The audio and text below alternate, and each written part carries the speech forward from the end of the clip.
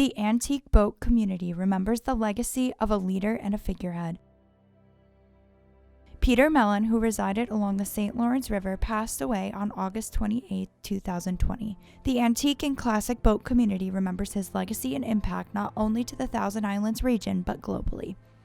Mellon found his passion for boats in the St. Lawrence River and resided on Wellesley and Tennis Island. He eventually combined his passion for boats in the Thousand Islands with his sales experience to start Antique Boat America in the late 1990s.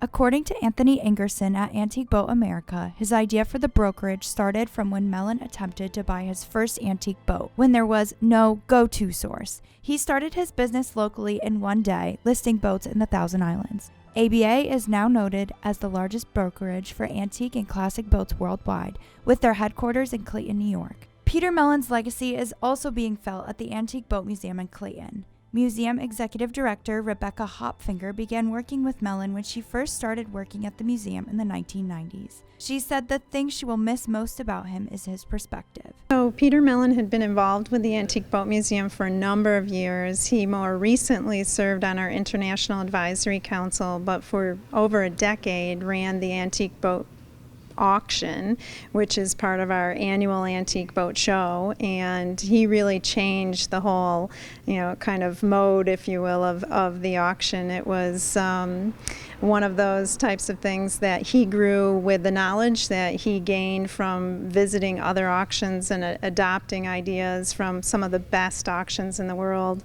and so it was a pleasure to work with him. Anthony Ingerson said the term larger than life was invented for people like Peter.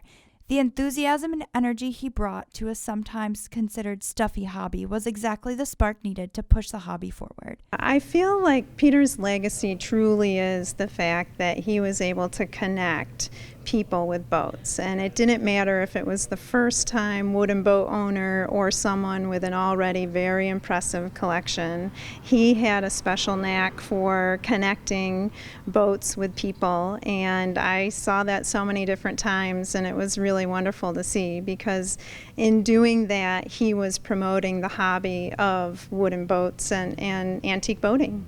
I think that we'll miss that sort of perspective, like always wanting to try something new and strive for something better. It is with no doubt that the antique boat community, especially in Clayton, will miss Peter Mellon, but his legacy will live on for years to come. For ABC 50 Now, I'm Isabella Colello.